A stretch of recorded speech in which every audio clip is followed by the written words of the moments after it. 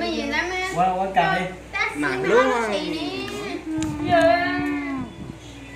Mai ai mà không thì thôi tao mẹ còn quân nó like cả nhà nó đi chơi sao biết. Không có nói của chị rồi.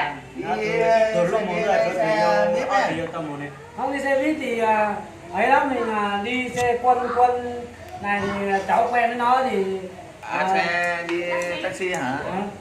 thì ví dụ như là quân thì Mày thuê xe tao lái cho mày đi xem nào. đi xe chơi là chơi.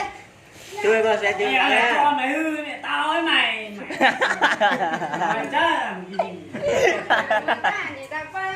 Này con này nó học theo cái thằng hai cái thằng ông nọ nó ở đây học láo đúng gì mày nào? Nàng này tao chạy có ai ghé cả. ông mua phong kim á. Thôi muốn lấy đi rồi lấy khác đi. Uống Thái. Nè. Bố đi. Làm ăn được cái nhà.